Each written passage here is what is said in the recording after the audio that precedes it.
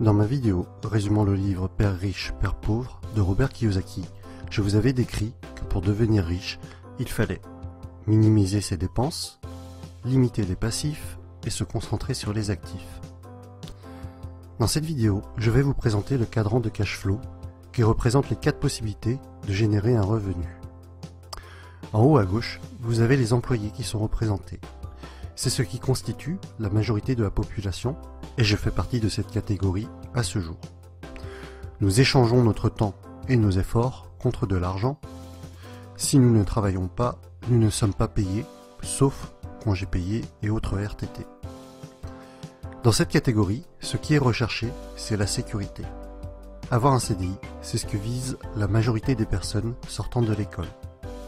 En effet, on nous a toujours appris qu'avoir de bonnes notes à l'école était important pour détenir un CDI et que c'était synonyme de sécurité. Et c'est cette notion qui prédomine surtout cette catégorie du quadrant. En bas à gauche, vous avez les travailleurs autonomes.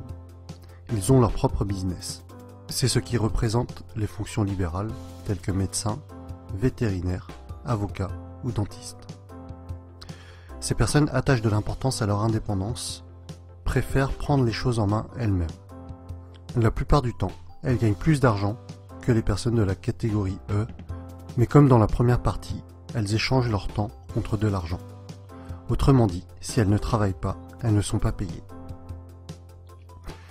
En haut à droite maintenant, il s'agit de la catégorie B. Vous êtes propriétaire d'un grand business, ou alors vous avez votre propre système et pas seulement votre job. Vous mettez en place une façon de générer votre argent, même si vous n'êtes pas forcément physiquement derrière les commandes. Des personnes travaillent pour vous.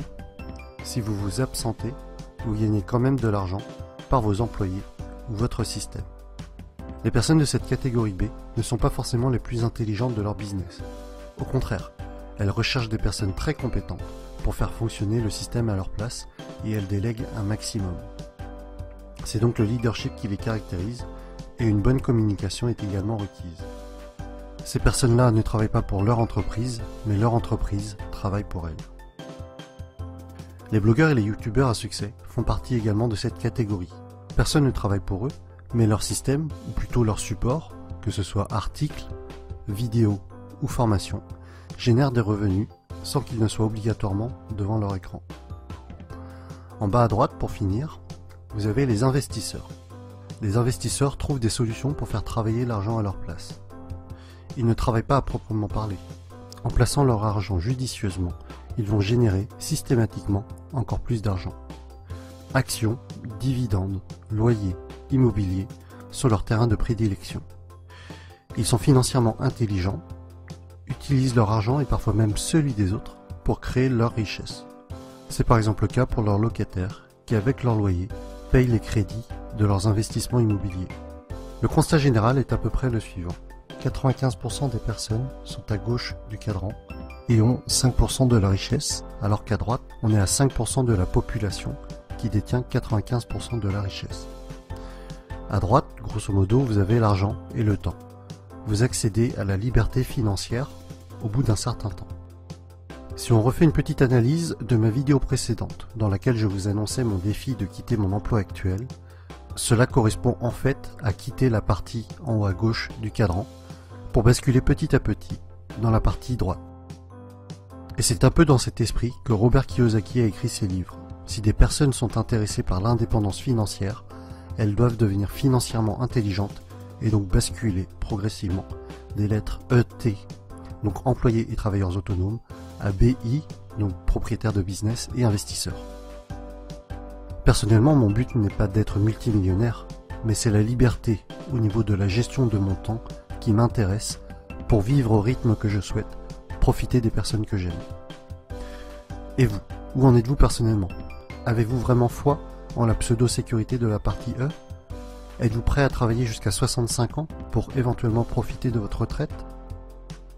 De mon côté, mon choix est fait. Je quitte la catégorie E et je me laisse 2 ans pour le faire. Et voilà pour la présentation du cadran de cash flow de Robert Kiyosaki. C'est vraiment un des fondamentaux qu'il nous présente dans plusieurs de ses livres, peut-être même tous. En tout cas, vous avez en dessous, dans la description, les liens des livres que je possède dans lesquels le cadran est mentionné et expliqué. Ce cadran me servira dans la prochaine vidéo lorsque je vous parlerai de ce que Robert Kiyosaki présente comme étant l'entreprise du 21e siècle, qui pour moi sera une des approches qui me permettra d'atteindre la liberté financière, quitter la rat race et accomplir mon défi.